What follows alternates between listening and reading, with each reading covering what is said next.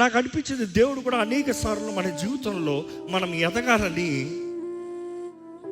మనం ఆధారపడిన మనుషులు, మా నాన్నా, అక్క, అన్నా, వీళ్ళని కొన్నిసార్లు పక్కన తీసేస్తాడంట. బెస్ట్ ఫ్రెండ్ ఎవరినైతే నువ్వు ఎక్కువ నమ్మేవో, ఇక్కడ ఎవరైనా ఉన్నారా?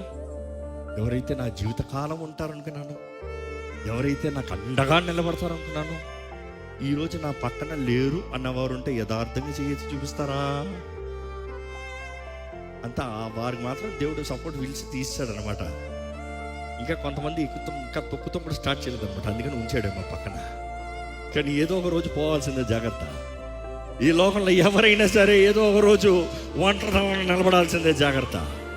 ఈరోజు ఒంటరి పరిస్థితుల్లో లేరేమో, కానీ పరిస్థితుల్లో జీవితంలో అంతలో ఒంటరి అవ్వరం కాదు, తప్పకుండా ఒంటరి అవుతారు. ఎందుకంటే అనేక సార్లు దేవుడు లోయలోకి తీసుకెళ్ళి మనుషుని రూపిస్తాడంట, లోయలోకి తీసుకెళ్ళి మనుషుల్ని నలుపుతాడంట. లోయలోకి వెళ్ళి ఇంకా నాకు ఎవరు లేరంటే నేను ఉన్నారా, నిన్ను ఇప్పుడు మలుస్తాను రా. ఎందుకంటే మనుషుడికి అన్ని బాగుంది, అప్పుడు దేవుడు మాట వినడంట.